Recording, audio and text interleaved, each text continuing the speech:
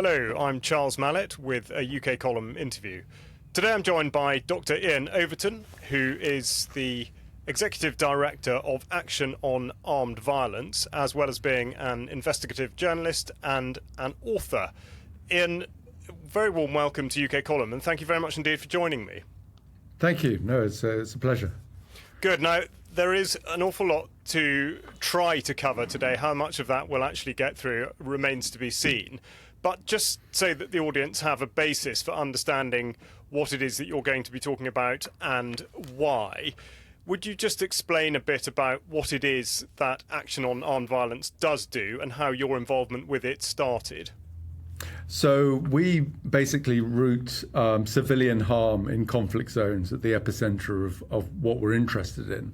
And we do that through investigating harm in conflicts, as well as looking at what for a long time I thought was sort of a rather sort of tinfoil-hatted expression, the sort of military-industrial complex. But as the longer I've spent in this space, the more I think that actually McCarthy was right in calling it that. So we investigate the military-industrial complex, and we do so through field research. So my work has taken me over the years to around 25 conflict zones around the world of differing levels of harm, as well as doing things like freedom of information requests, deep dive analysis into data. And we run a global explosive violence data set where we look on a daily basis at civilians killed or injured by explosive violence in populated areas. And we cross-reference that to things like the arms trade and who is profiting from the sale of such weapons to various regimes and nations. OK, thank you very much for that. Now, the pursuit really is to try to staunch the flow of, in particular, if I've understood correctly, civilian casualties. I mean, statistically, I think this bears sort of greater scrutiny. Can you just explain, with particular regard to, say, explosive ordnance, why it really is a matter of concern that we think about civilian populations who get caught up in these sorts of conflicts? So my own background is I was a BBC journalist and then a Channel 4 news journalist, and then I set up something called the Bureau of Investigative Journalism. But around 12 years ago, I joined Action on Armed Violence. And at the same time, we set up this global explosive violence monitor. And it was quite a revelation because up until that point, I'd been to lots of places where there were clearly huge sort of impacts of conflict on towns and cities. But we set out to look at all English language media reports of civilians recorded injured or killed in these cities, alongside all injuries and deaths. And we found out relatively quickly that when explosive weapons were used in towns and cities, around 90% of people killed or injured were civilians, compared to something around 20% in lesser populated areas, such as rural terrain. And I thought in the first instance this might have been an anomaly, but year 2 came, year 3, year 4, year 5. Every year for a decade, the same basic patterns of harm are very clearly evidenced. And over that time, we've obviously seen Homs and Aleppo and Mariupol and Gaza unfolding, where, we're back in the sort of terrain of Hiroshima and Dresden, massive deaths of civilians in urban areas, often very distanced from the general public's mind and concern, although I think Gaza and Mariupol have brought it more fiercely into the living room. But certainly, a decade ago, nobody talked about this phrase, explosive weapons in populated areas. And I wonder if your listeners are familiar now with that framing. And I would say that that's come out of the sort of lobbying work and advocacy work that organizations like mine have tried to do to make this a concern. And we actually got over 80 states signing a political commitment to avoid the use of explosive weapons in populated areas in Ireland a couple of years ago. And of course, you could say that this is, since Ireland a few years ago, we've seen the devastation of Gaza and the continuing terrors of Ukraine. But I think at least we're now acknowledging that this is a real issue of 21st century warfare, and civilians, strangely in a space where militaries are often distanced from the fighting because of drone warfare and increasingly autonomous systems, the civilians are really caught in the terror of them all in between. And this is a very different relationship to war that we saw potentially, let's say, in 1914, where soldiers were the primary victims and civilians were often relatively protected by being further away from the front lines. Yes. Now, obviously, the answer to this question is that it doesn't matter either way, because the important thing is that civilians are dying.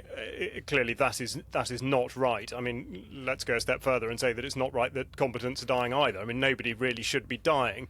But from what you've researched, are you suggesting, and it could be a combination of these, but are you suggesting that this is a change in the nature of warfare, and therefore that battles are being fought more amongst the civilian population, or that civilians are more vulnerable because they don't have the tactical expertise or indeed the sort of protections that combatants would have? Or is it a sort of hybrid of both of those factors? I mean, I think it's a hybrid in a way. So obviously in somewhere like Gaza, the civilians can't leave their areas, and we've seen many an instance where people are hurt in one location, they become refugees, and then they're hurt in a second location and even a third location. So we see multiple assaults on civilians that are moving within a space, particularly in Gaza.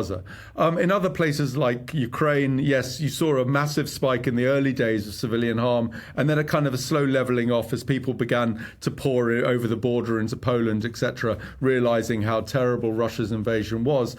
But I think I go to the very heart of the matter in the argument that if you look at the origin of the rules of war, it really sort of began in Crécy or Agincourt, where soldiers, and there's a reason why chivalry is called chivalry, because the cheval, the knight on the horseback, was the sort of archetypal arbiter of faith and justice in the battlefield. And chivalry was, in a way, not doing the coup de grace on your enemy, but actually letting them live.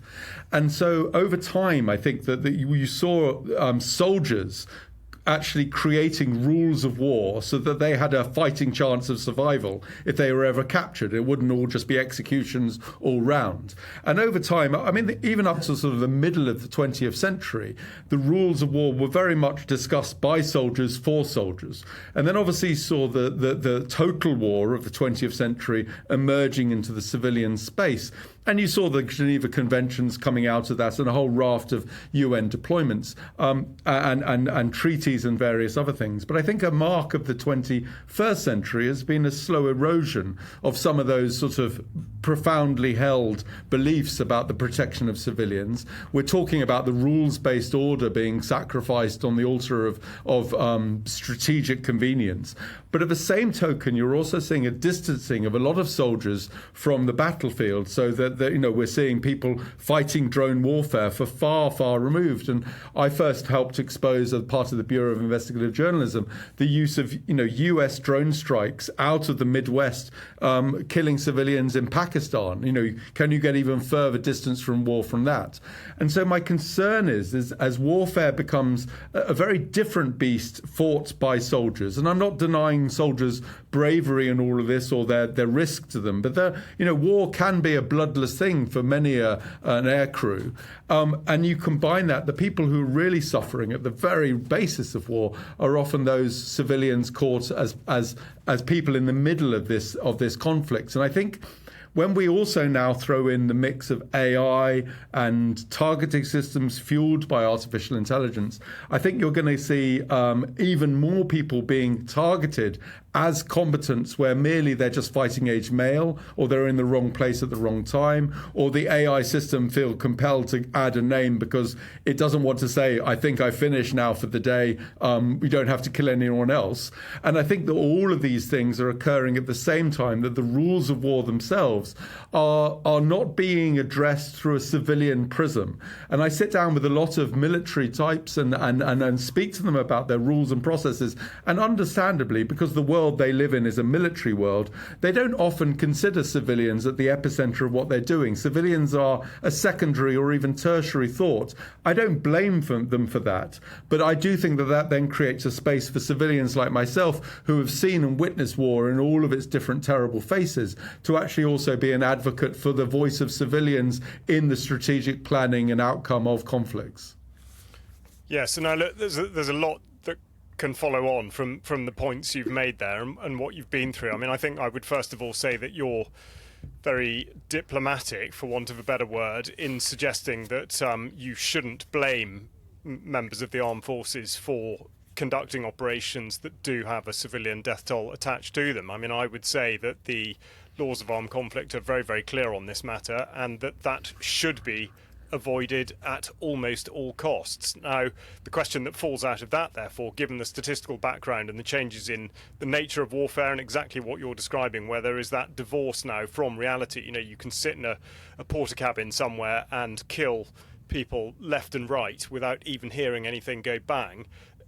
There's a huge sort of desensitization to the whole process. So I guess the question that falls out of it is what is happening in particularly populated urban areas, is that actually deliberate insofar as it is a deliberate attempt to kill civilians in, a sort of a completely unjust method?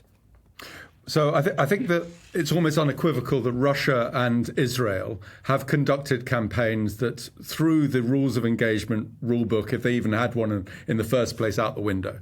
So I think certain militaries have absolutely no conscience about the deaths of civilians. And I think we've even seen seeped in the Knesset's political rhetoric almost, I would say at points a genocidal intent. And certainly Russia's framing of Ukraine has been devoid of any human rights concern.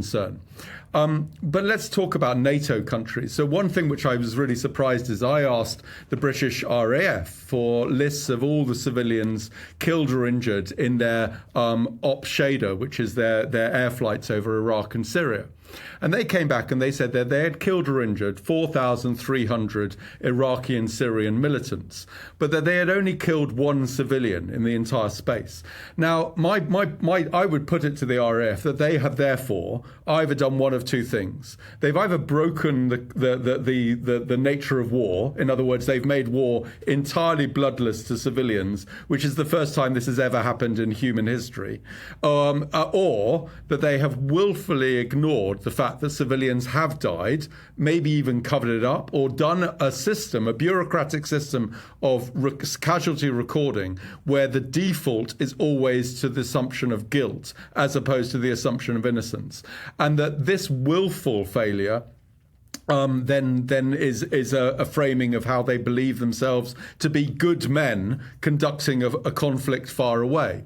Now, when I go back, I mentioned that I don't blame the military, so I don't necessarily blame a corporal who's given a job as a drone pilot, and that's his role to go out and do this. I don't blame him exquisitely. Because I think obviously he can make the choice to resign or to hang up his commission or whatever. But what I do blame are the more senior individuals who maintain this absolute belief in that they are working for the greater good, that they have no faults, and ultimately the war that they are fighting is essentially a good one. So they lean into uncritically. And then if they also, within that bureaucratization of their own violence, enable them to be violent against civilians but pass that off as violence against militants, then I would say that they probably deserve a long night of the soul where they have to sort of reconcile that with their own conscience.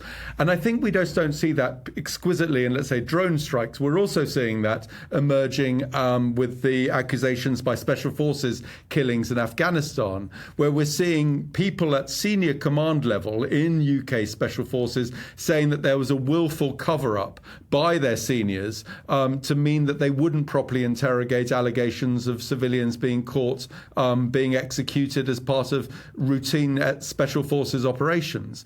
And I do think that the most incredible thing is that one of the individuals who's been named by the BBC as actively hiding evidence, somebody called Hugh Jenkins, is now First Sea Lord. He's promoted even in the face of the BBC saying that he hid evidence that civilians were killed in Special Forces ops. So I think that there is real questions to be asked about the way that the British military frame themselves as a force of good. And this means that they cannot ever contemplate that they haven't been a force of good. And when you have individuals like myself come along and I expose this, one thing I've noticed is that initially they were quite willing to speak to me. And over time, I've become persona non grata. And I'm not allowed to speak to people at senior level of the MOD anymore. And so I think that there becomes this sort of defensive framing that if you're not with us, you're against us, and therefore you have nothing of merit to say. And there becomes this incredible hostility as if I am part of the problem rather than exposing a problem. Yes, that is something we will come back to, because I absolutely want to talk about the relationship between the military, government, corporations and the media. Sorry, just clarify, it's Gwyn Jenkins, actually, the First Sea Lord. Exactly, you said Hugh, but anyway, Gwyn Jenkins, exactly as you say, and he was Director of Special Forces, and we'll come back to that as well. But just before we do, I think something that, again, when we're talking about this idea that so much is in effect hidden from public view, because unless you've gone into deep research and you've actually gone to these places as you have and you've studied it is very easy, particularly for people in Western Europe, to have really no sense of what is going on. And now we set that against what it is that armed forces are doing under what they've been given as rules of engagement. Now, of course, if you look into that, certainly for the British Army, rules of engagement are written down in JSP 398 at Joint Service Publication, and they are an expression of political will. They're an expression of how to use force. Now, the reason I'm setting that out is because I'd be very interested to hear your views on, first of all, that in itself, because I think a lot of people in the armed forces are not really aware that in actual fact, when the rules of engagement change, that can be for political reasons rather than reasons of a change in threat or risk on the ground. But also in light of the comments by the Secretary for War, Pete Hegseth, in the United States, who's basically saying, right, well, rules of engagement, thing of the past, crack on, do what you like. I mean, absolutely. I think that the Clausewitzian framing war as an extension of politics by other means is very true, and I think that there's this I wouldn't call it naivety, but that there's a certain reluctance by the British military to sort of say, they always say, we're not political. And there's a virtue, of course, in that, because a politicized military, is something that, you associate, let's say, with the Central American Republic in the 1980s. You've got to be wary of that sort of thing. But I think that there is a kind of a wider political framing. So I think that this old idea of the British military or the British nation, essentially post-empire, is a nation seeking to find a role for itself. And I think the military hasn't really caught up with that agenda, and it still to some degree wants to be everything, everywhere, all at once. So I came out with a story today that showed that our reservists were sent to 51 countries last year, and the year before, British Army personnel went to 171 countries around the world. And I think that there is this desire to constantly find an enemy, to have this persistent framing that we are the last defenders of some bastion of civilization, and that this means we're always seeking to sort of find a role to be engaged with. And when that role is then officially granted by the policymakers, that we are allowed to be in Iraq or Afghanistan and fight a war, then of course the gloves come off. And then there's a question, well, what are we going to do? What's the end goal? What are we actually selling? Can we sell democracy down the barrel of a gun? Can we achieve this? And one of the things I really find striking and actually quite problematic is that because the military says we are the fort, let Caesar be unto Caesar, and then we will do what we have to do, that to that degree that they refuse to sort of really bring on lessons of the past in any meaningful way. So if you say, what were the lessons of Afghanistan? What were the lessons of Iraq? It's like pulling teeth. It's a very painful process. I went to Basra a couple of months ago and I sat down with lots of families who had been at the very hard end of British military engagement, and families had been lost, terrible events had occurred. I'm not saying this was purposeful. I don't think the British military aimed machine guns at civilians like the Russians might do. But nonetheless, I think that there were terrible outcomes. And when, of course, we want to address this from the British military perspective, I think that some of the rules that led to those engagements aren't particularly looked at. You know, we shut down the Iraq Historical Allegations Team process. This entire process of investigating the special forces in Afghanistan has been a very slow and expensive process. Even Northern Ireland has revealed nothing of any substance about 30, 40 years on. And I think that the military's desire to learn from its failings, which is negligible, means that when it comes to the next position where it has to use rules of engagement in a lethal manner, it doesn't sort of go, well, we can't behave in the way we previously did. And I think that failure of institutional memory to learn from its own mistakes means that to a degree that is a political decision. And the political decision ultimately comes, I think, from a fundamental, which is that government after government after government treats the military with a rare exceptionalism in British life, where they're always brave, they're always doing exceptional work, and they're always to be praised. And there's no public space in Britain to be anything but overtly critical. And of course, you shouldn't be critical for the sake of criticism. But when there is valid criticism, and I think the British military definitely has valid criticism, whether it's racism or sexism in its ranks, whether it's claims of extrajudicial killings in Afghanistan, whether it's failing to protect civilians in Iraq, whether it's the death of individuals in Kenya and allegations of wrongdoing there. All of these are murky truths that are circulating around the British military at the moment. But there's a reluctance, an institutional reluctance. And I think that stems from a political exceptionalism that the military is granted, but is also something rooted in the British military's own framing of itself as a force of good and unassailably good, which means that, as you say, Gwyn Jenkins gets promoted rather than castigated, even in the face of damning evidence.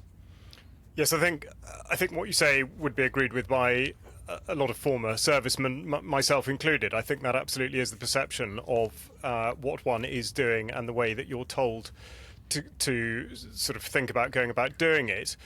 I think just since you've mentioned it does give an insight, on this theme.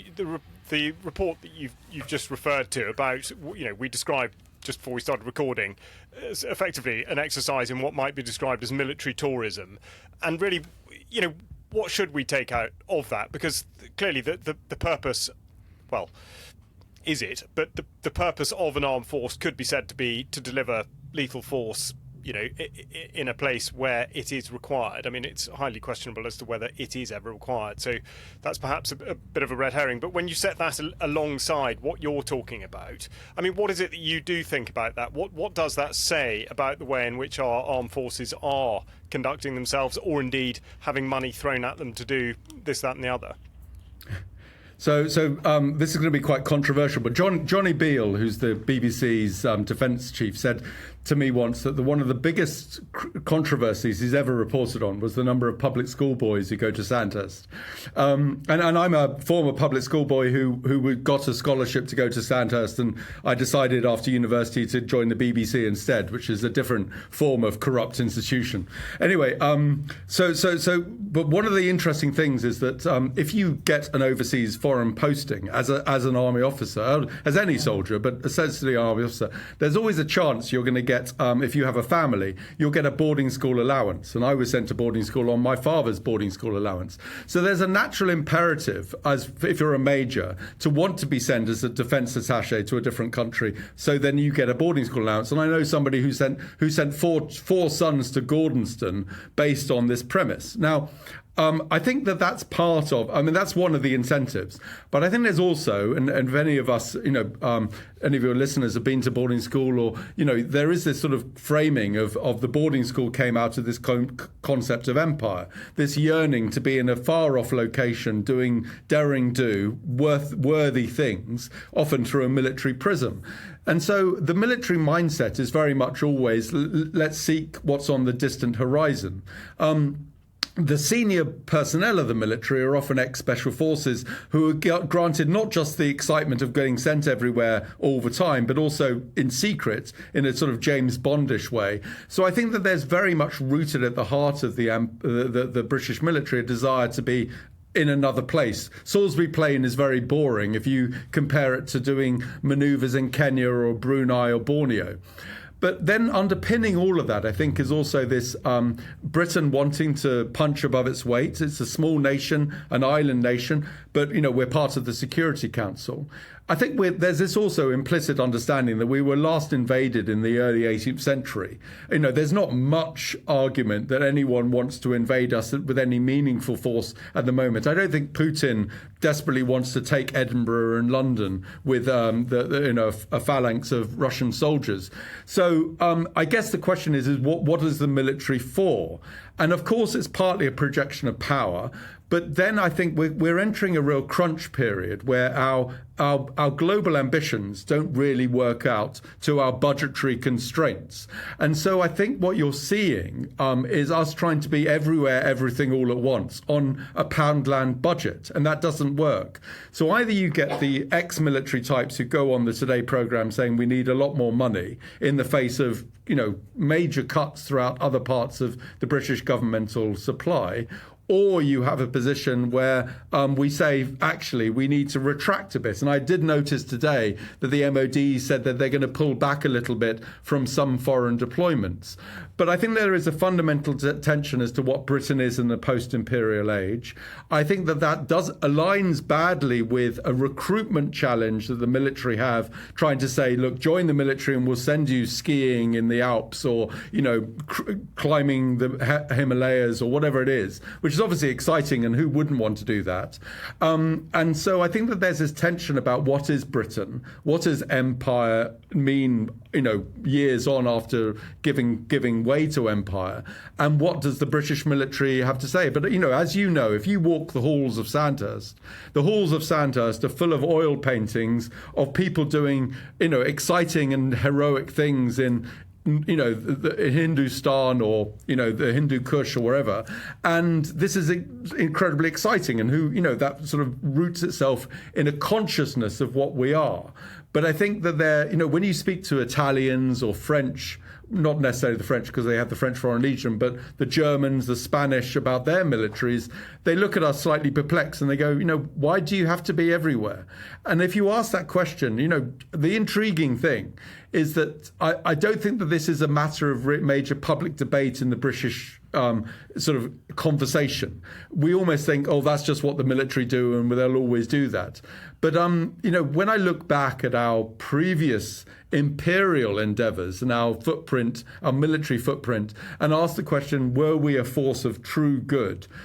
A much more complex question mark rises. And so I think we have to be persistently vigilant as to what we're doing in which countries and how we're doing it. Because, did we do good in Iraq? Did we do good in Afghanistan? And also from a very specific perspective, did our former soldiers sent to Afghanistan and Iraq, how do they manage, civilian life now, knowing what they were asked and tasked to do? And I think we need to have empathy from both perspectives about, not just the empathy and perspective of the Iraqi or the Afghan civilians caught up in our own military endeavours, but also the legacy of those wars on soldiers who were sent to places. And I know at least 3 soldiers who have taken their lives after tours of Afghanistan and Iraq. And, there does come with a moral injury that has occurred as a consequence of us doing things that we're not entirely convinced did good. Yeah, no, very much so.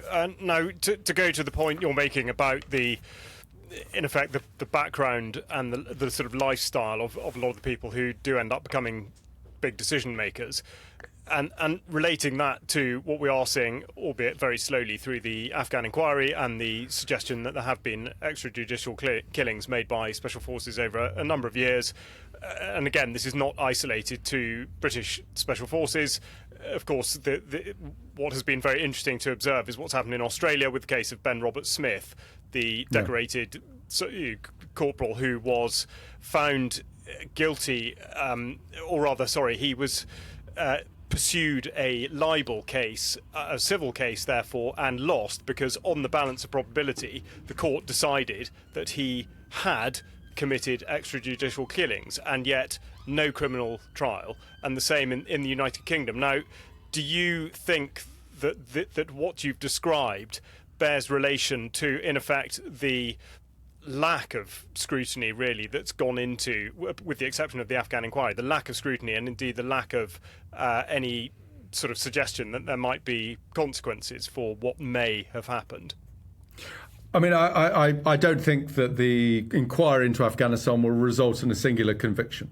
In fact, explicitly, any evidence given to the inquiry does not then hold standing in a criminal court, which I don't think really has been highlighted anywhere of any significance. And I think that that is an incredible thing, that you set up an inquiry, and by doing so, you actually, to a degree, render the fundamentals of British criminal process obsolete.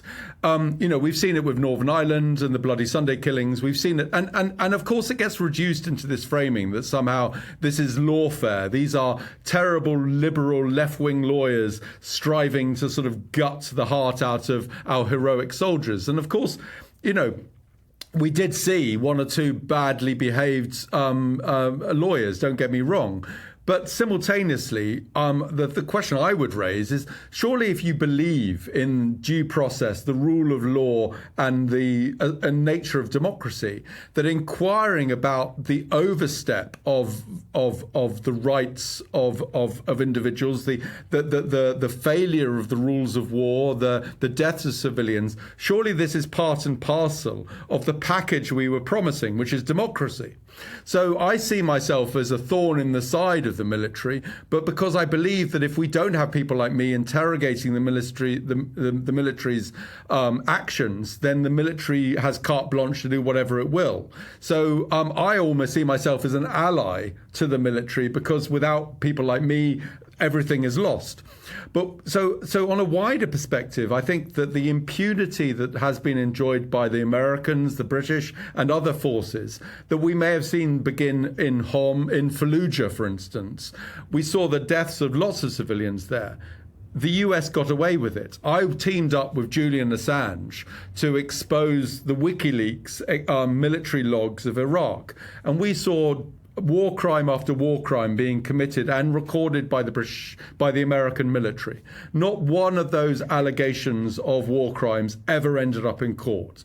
So the Americans laid out in the early 21st century a clear case for the impunity of the American forces, and the British simultaneously sort of got on board, and we had an inquiry, the Iraq Historical Allegations team, but that folded with no evidence of wrongdoing. I think that then Russia saw that impunity acting, and they thought, well, if you're going to do it with Fallujah, we'll do it in Homs and Aleppo. That led to no outcome. So then you saw it in Mariupol, and then now we're seeing it in Gaza. So I would say that the impunity enjoyed by Netanyahu is rooted in the very claims of democracy that we sold to the world through armed conflict in the early 21st century, that we didn't then support with due legal process of holding our own to account. So I think this is part of a much bigger play of actually what do we mean by civilization? What do we mean by the rule of law? What do we mean by justice? And so I'm a tiny actor in all of this, but that is a philosophy that spurs me on, that I believe myself to be a defender of fact and a defender of truth in an age when so much is contested. Yeah, no, there's a lot of important substance there. Now, you use the phrase holding to account, and I think this is really where we want to go. I think I'm right, were with the BBC from 1997 to 2005.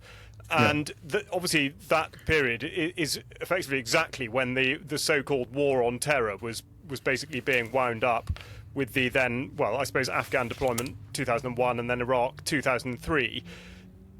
And this is, I don't mean this to be necessarily sort of barbed question about your time at the BBC, but from the perspective of an insider, do you believe that during that period the BBC was doing what it is supposed to do and holding the government to account?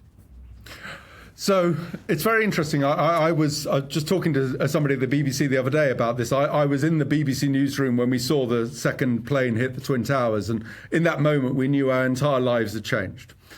And looking back on my role at the BBC, so I went on embeds with the British military. I was in Iraq during the descent into chaos in Basra. I was embedded with the British military there. And I think I did all of that relatively uncritically. I was, we felt that there was a major shift that occurred. I think a lot of people got on board with, I mean, we didn't quite go as far as US correspondents turning up with a rifle and a gun in our hands and saying we were on board. But I think there was a lack of critical review.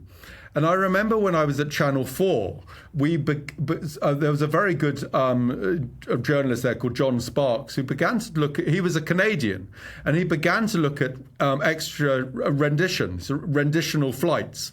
And I remember thinking that's an interesting perspective. Why would you look at that?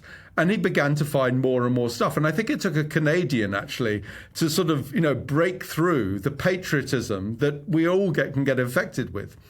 And then a few years later, after I left the BBC, after I left Channel 4, I set up the Bureau of Investigative Journalism.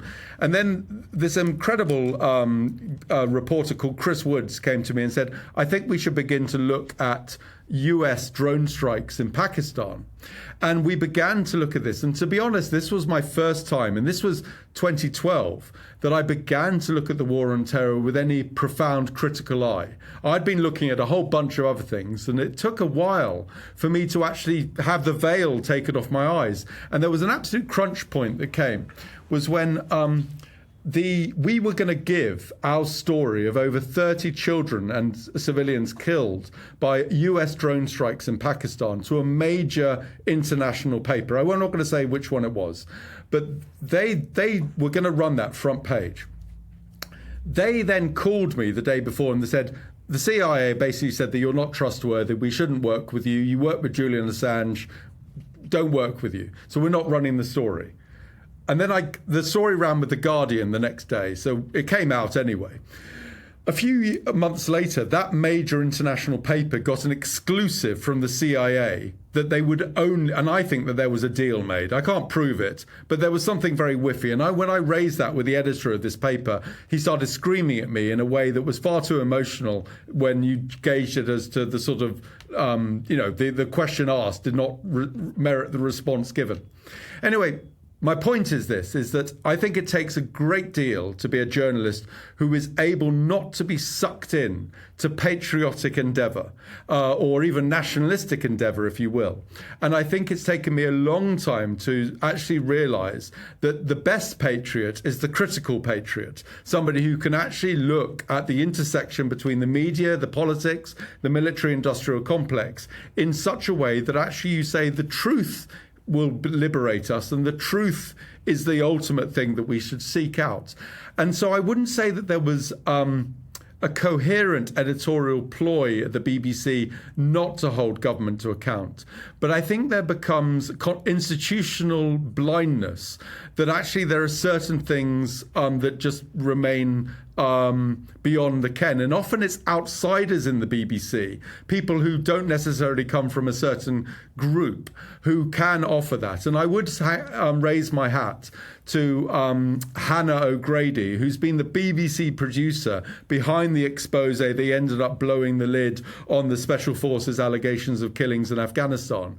So there are some exceptional people who do hold society to account, but equally speaking, I have on numerous occasions gone to the BBC, gone to major news publications with stories that I truly believe are revelatory. Let's say, so for instance, I exposed there have been over 600 spy plane flights by the British over Gaza during the Gaza conflict. The BBC wouldn't touch that. And I think that there is a kind of a failure for the BBC to consider themselves sometimes as being the people who should investigate the military. And I'm not saying that, I'm not criticising individuals for that. I think that becomes a culture where they're caught between not wanting to seem as if they're unpatriotic, but at the same time not realising that sometimes it's unpatriotic to hold the government of the day to account. Okay, I mean, your perspective on this, albeit sort of almost 20 years ago, is fascinating. And I think I just want to draw this out a little further, because obviously you're describing your own position as being one of not using what you're describing as a critical eye at that period, but obviously now in retrospect you see that things differently. Again, in retrospect, were you sort of alongside people who you think were using a critical eye, or was there a sort of, in a way, a blanket sort of effect on people at that period? Because it was, similar to what we've seen over the last 5 years in some ways, that there was such an assault on the public about how dangerous things were here, and that was all related to what was going on in the Middle East and all the rest of it. Do you think there were people there who genuinely could see what was going on, or not? I think there were occasionally some people, and they often, as I said, they may have come from an Irish background or a Canadian background, or they weren't sort of invested in the Britishness. So there was that. There was also, I think, something else that was occurring at the time, which was very unusual, is that we suddenly found ourselves as white journalists to be potentially liable to violence. So when I was in Basra, for instance, I remember going up to I was with the British military on an embed, and there was huge violence occurring in the streets of Basra, and the British Army were under terrible attack. And I was like, I want to leave the front gates here and go out and report on what the civilians out there are fighting, why they're so upset with us, given we're a liberating army. And the colonel at the time said, by all means, you're free to go, but if you get caught in trouble, I'm not risking a man to come and save you. And it gave me a real pause for thought, because I thought, I could easily become somebody who is hanging off a bridge, burnt alive, because I am the first white person who's unarmed, or the first, British person unarmed that they'll find and they can do harm to. And of course, we saw that with ISIS. I mean, I wrote a book about suicide bombers, and I met lots of, would-be suicide bombers. And there was always a lurking fear that one of them might just decide to take me with them on their journey to paradise and blow themselves up while I was interviewing them.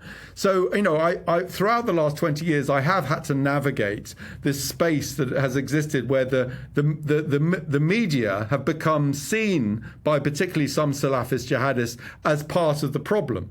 And of course, certainly there are media institutions that have been part of the problem. We have some people are unquestionably uncritical. My wider comment of the British media in general is that it tries to occupy the space of patriotism. It doesn't like to criticise the military in anything that, unless it's absolutely cleared dry. And it certainly is reluctant to contemplate the military-industrial complex in a sort of more philosophical way. So I think that it requires, in a strange sense, I mean, I come from a military family, so I understand how the military works. And, I was very, very close to joining the military myself, and I spent years in that sort of cadet space. So I kind of understand the military reasonably well. And I think that those two things have given me a relative understanding of the nature of the military. I also know that there are lots of people in the military or veterans who are very similar-minded to me. So, I know that they are more than capable of having quite critical perspectives on the military as well. And I think that there is this sort of lack of understanding to some degree by the British press as to actually how the military operates and what they see themselves as in some ways. And within that space, there's I note there are certain names that the British veterans who keep on being cited in the British military, who are often exceptional voices, not universal voices. And those names are often quite right-wing, quite pro-military, often more asking for more defence spending, and I people like Colonel Kemp, for instance, keeps on being put out there as a kind of a spokesperson, even though he left over a decade ago, for the military. And I think that the British press, including the BBC, has a kind of a failure to be truly critical of most institutions up until the point that those institutions become so corrupt that you can't do anything but expose them. Mm-hmm. Yeah, okay. I mean, it is fascinating. It's very interesting to hear you say that the BBC, in effect, won't touch stuff, notwithstanding your previous involvement with the organisation, and that in itself is fascinating, especially in light of what Tim Davie falling very slowly on his sword after the January the 6th sort of editing issue and whatnot. Now, just in terms of sort of what drives what. You spoke at the Oxford Union some years ago, and you talked about the lack of influence that media has due to the fact that there's no. I mean, it's just part of the same cycle, but people aren't investing in news sources in the way that they once were, and yet we do still have this perpetual state of conflict. And as the saying goes, all wars are bankers' wars. Now, what is your take on that, and in effect, what does drive what, insofar as the result being conflict is concerned? Well, so for instance, we sent 171 troops to 171 countries the year before last. And of those countries, 19 of them appeared on the UK government's own list of human rights concerns. 8 of them experienced since 2020 a military coup. We've trained up soldiers from African countries that then have gone back to militaries that then undertake coups in their own country. We embed organisations like BAE Systems at the very heart of our notion of what is good for the British economy. And BAE Systems sell to Israel. They also sell to Saudi Arabia, both of which have been involved in terrible violations against human rights, particularly the dropping of bombs in towns and cities.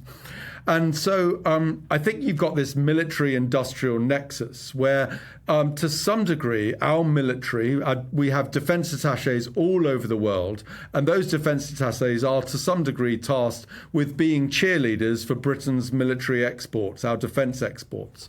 We also have an entire community, as you know well, of ex-soldiers who then go into the security industry, and then they end up being deployed in paid roles in countries all over the world, particularly our special forces. It's very lucrative for them. And so I think you've got this very close relationship between the military-industrial complex, and then human rights abuses that invariably come from that. One thing that really struck me, for instance, is I looked at the share price increases of BAE Systems post-October the 7th, and their shares went up remarkably high. And the chief executive of BAE Systems ended up selling £3 million worth of shares, which would have been £1 million less before October the 7th. I asked the press office about this, and they said that one of the reasons for this is he wanted to purchase a flat. And it turned out, I think, that he had bought a London-based flat, potentially for his kids, I don't know. But anyway, this flat was essentially born out of the profits made from sales to Israel. And it really strikes me that about the nature of goodness in society. And C.S. Lewis once wrote a very interesting commentary. He said he didn't see hell as being a concentration camp or a torture chamber. He saw that as an outcome of hell. That was a product of hell. Rather, he said that hell to him were offices where men with low voices and clean fingernails in well-lit rooms passed resolutions, agreed minutes, and issued memorandums.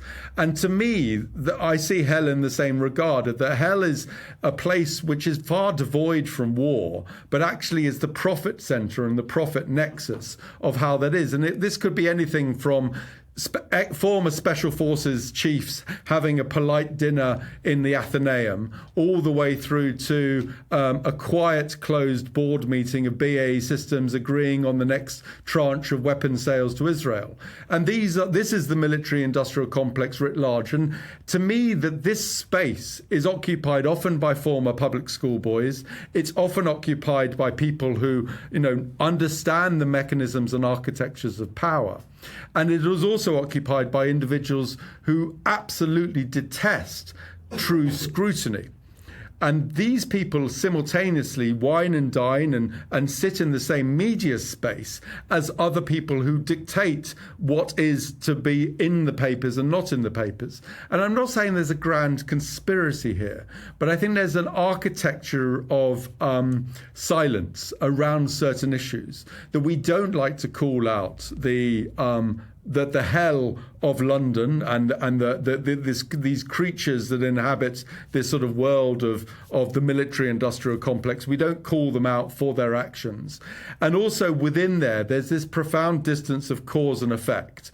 So, the profiteering in the military-industrial complex of Britain becomes easier to consume and to live alongside because we are not witness to its consequences. We don't feel the bombed out homes of Yemen or of Gaza. We don't witness them close up. So to me, one of the profound roles I believe I play, and I think maybe you play as well, is to try and remind readers and listeners that there is an outcome to these these processes, that the architecture of the military-industrial complex has very real consequence to the lives of others. And I think that really by travelling to the places of harm and coming back to record it and then aligning that harm with the profiteering made within the UK offers hopefully a kind of a bridge of empathy to say, is it right that we do this, and is there a better way of doing it? Yes, and I mean, speaking of consequences, I think a story that well articulates this, which you've written about yourself, is the relationship between Christopher Harborne and Reform UK. Of course, he's the major shareholder of the defence company Kinetic, which has made an awful lot of money from the British government by supplying arms and weapon systems that have definitely been used in Israel. And we've now got a situation where he is funding a political party that may yet assume or form a government within this country which will further prop up the business that he is the major shareholder in. I mean, it is an extraordinary circle. And of course, we've now had the Strategic Defence Review published this year alongside the National Security Strategy, both of which are predicated, despite what you're saying about Putin not having designs on Edinburgh or London, predicated on the threat of, some sort of action from Russia. So the defence dividend, as it's called, is absolutely there for all to see. And I mean, it's not just BAE who are doing well out of it. You look across the board, they're all, everyone's share price has sort of shot up in that period. And so it looks like, with that being the case, there is absolutely a necessity for that war in order to make it work. Now, what's your view on that with regard to, you've referred to the sort of recruiting difficulties, trying to sell people skiing holidays and whatnot. It's increasingly difficult in an army that may not be strapped for cash, but certainly doesn't have the money that it used to, or indeed the personnel and the flexibility within the system. And yet there are sort of whispers of conscription and whatnot. Do you see that there is going to be an active push for engagement in a kinetic conflict, with the United Kingdom involved? I mean, first on the Kinetic thing, which I think is absolutely intriguing, in that Kinetic would not survive if it wasn't for the British taxpayer. So I think 92% of its income is reliant on the MOD. And as you say, then there's this strange and weird circumstance where it then flows back into the pockets of Reform UK, which, by all accounts, if you read Umberto Eco's framing of what constitutes fascism, I think that Reform UK certainly ticks lots of the boxes of something that could be a precursor to a fascistic political framing. So I have great concern about that. With regard to the general military-industrial complex, just as a gentleman is in need of a good wife, an army is in need of a good war. And I think that if you don't then raise the spectre of Russia or China, I mean, Tom Tugendhat, the thing that keeps him up at night is the threat of China. Russia is obviously a more existential threat, and I'm not trying to diminish. I've been to Ukraine 7 times, so I'm not trying to diminish the fact that Ukraine has been absolutely devastated by Russian imperial endeavour. But simultaneously, when you look at the linguistic map of Ukraine, certainly Russia was a major feature there. I mean, there's not many people in Britain who speak Russian. I have yet to see any tangible appetite by Putin to want to take the threat exquisitely into the NATO space. Now, certainly there's a certain amount of jostling that's occurring along the border, flyovers and all the rest. But what I found very interesting is that, I did a Freedom of Information request 6 years ago, I think it was, asking how many times RAF jets had been scrambled to address a Russian threat. And I think it was, every month, for instance. And I took this to the BBC and I said, you should report on this. And they were like, no, it's not for us. But intriguingly, fast forward 6 years, that story, if I came out with it now, would probably lead every single paper. In other words, newspapers don't accept that there isn't a historic background to this. I'll give you another example. Boris Johnson gave absolutely £0 to Ukraine in his first year of premiership as Prime Minister. His first year, he gave £0 of aid to Ukraine at all. So this notion, this rhetoric, we are sort of always standing with Ukraine, didn't occur even after Donbass and Luhansk had been effectively taken over by pro-Russian forces. We didn't give them any money at all. So I would say that there is always a danger of a constructed enemy and a constructed sense of urgency. And I've charted the times where defence chiefs have come out saying that there's an existential national threat to our way of life, at the same time that budgets are under debate. And they rise and fall in almost perfect sync. So 3 months before any budgetary sign-off is granted by Number 11, you get a defence chief coming out, or a former defence chief, saying that Britain is under threat like never before. And so you can't divest. And one of the interesting things is I think there are only 2 people in British cultural life in the media who are asked for their opinion in the face of an economic reality. So estate agents are always asking whether house prices will rise or fail. And of course, the estate agent is always going to say it's going to rise because no estate agent wants to be out of a job. And the second person is always a defence chief. You always ask ex-military whether we need security.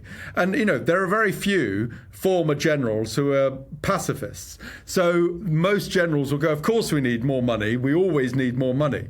But actually, if you look at where the UK is in terms of defence spend, we're only second behind Germany. But in terms of per capita, we're way ahead of Germany. So we are the biggest defence spenders, apart from the US, in NATO. We, and one of my questions ultimately is, yes, maybe we do need to lean into defence spending if that's what the general rhetoric is. But then I have to say, well, what are we defending? Are we defending our interests in Borneo or Brunei or Dar es Salaam or Kenya or wherever the hell we are, because we seem to be everywhere? Or are we actually saying our primary interest is this sceptred isle? I mean, we are, granted one of the greatest opportunities that we have, an island nation. It'd be pretty damn hard to invade us.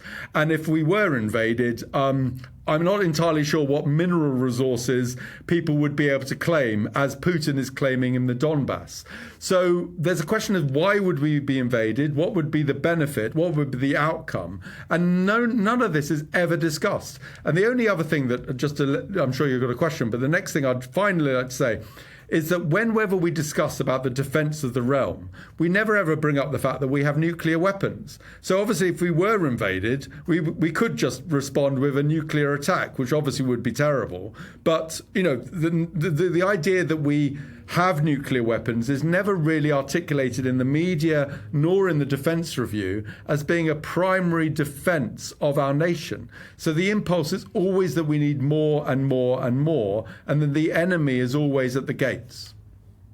Yes, it is. Although actually it is interesting to note how many references there are to nuclear in the Strategic Defence Review this year, but in a sort of more limited sense, as though Yes. There is such a thing as a tactical nuclear capability. I mean, I think there's much debate to be had on that, going back to what you were saying about, the targeting of militants at the same time as apparently not killing a single, or at least only killing one civilian. I mean, it makes absolutely no sense. Now, we are sort of shortish on time now, but one thing I did just want to put to you, and I don't want to sort of, bring the tone down, as it were, but bearing in mind your concern and your objective with regard to action on armed violence, I just put the words, I'm praising because I can't remember exactly what he said, but Kieran Prendergast, who was Under Secretary General Political Affairs at United Nations some time ago, was interviewed for a documentary about Sudan a while back, and he was very, very candid in saying that plenary bodies like the United Nations will be full of people who do say, we must do something about it, we will do something about it, we are going to stop X, Y, and Z, but they don't mean it. And you spoke at the outset about getting 80 nations to sign up to, making a commitment. And I don't mean to be cynical exactly, but I mean, where do you see the sort of divide between people committing either in writing or verbally and actually doing something about it, and are we on a sort of sliding scale? Are things getting worse or better in that regard? I mean, I don't think it's a downer at all, and I mean, anyone worth their salt is having an existential, contemplation about the nature of the international rules-based order as they stand. I certainly think that the creation of things like the Geneva Conventions have certainly saved lives. I think that people, particularly in the fog of war and the chaos of conflict, need rules to fall back on, because then you have to be reminded as to what you're fighting for. I think that one of the reasons why I'm an investigative journalist in this space is it seeks to align statement with deed. A lot of my life is spent saying, well, you signed up to this, and then the reality is you're doing this. So the UK government says there are 30 countries out there that are human rights of concern, and yet we're sending arms to 22 of them. And to me, that is, okay, I'm going to use your statement of goodness and intent, and I'm going to hold you up to the reality of what you actually do. Now, does that have an impact? I can only say that I've been part of maybe some of the investigations that led to the inquiry into SAS killings in Afghanistan, or allegations thereof.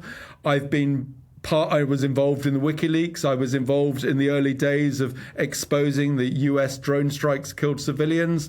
I think I've created a small body of work that might have, at the very least, added some weight of truth to combat claims and rhetorical statements that are made in these halls of power.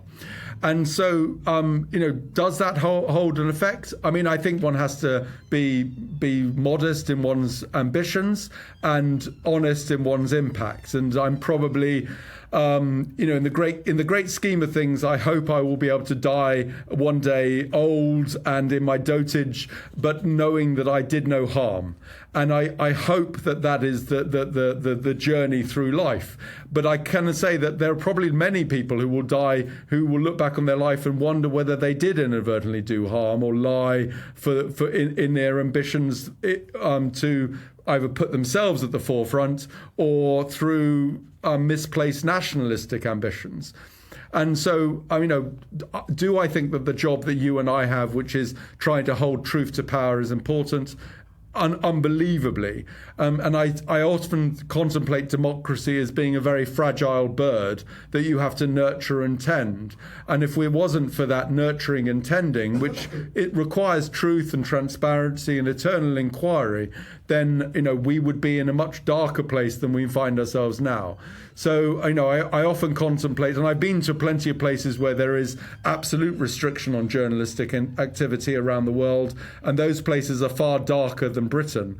So my pessimism, which aligns with some of the implications or the implicit statements in your question, my pessimism is always, I think, buoyed up by an optimism that ultimately truth, goodness and fairness, rooted in empathy, prevails. Iain Overton, that is a very good place with which to draw to a close. But before I let you go, will you please tell us where we can find more about what you're doing and indeed any sort of social media sites that you use and so forth? So please come to our website, which is aoav.org.uk. You can subscribe to our newsletters on that. And everything is retweeted on Blue Sky and on X, on AOAV, or my own name, Iain with 2 I's, Overton. Super, and that will be in the notes that accompany this interview. That's been a fascinating insight to a slice of what it is you've been doing over the last several decades, and perhaps we'll reconvene in future. But Iain Overton, thank you very much indeed for joining me with UK Column. Thank you.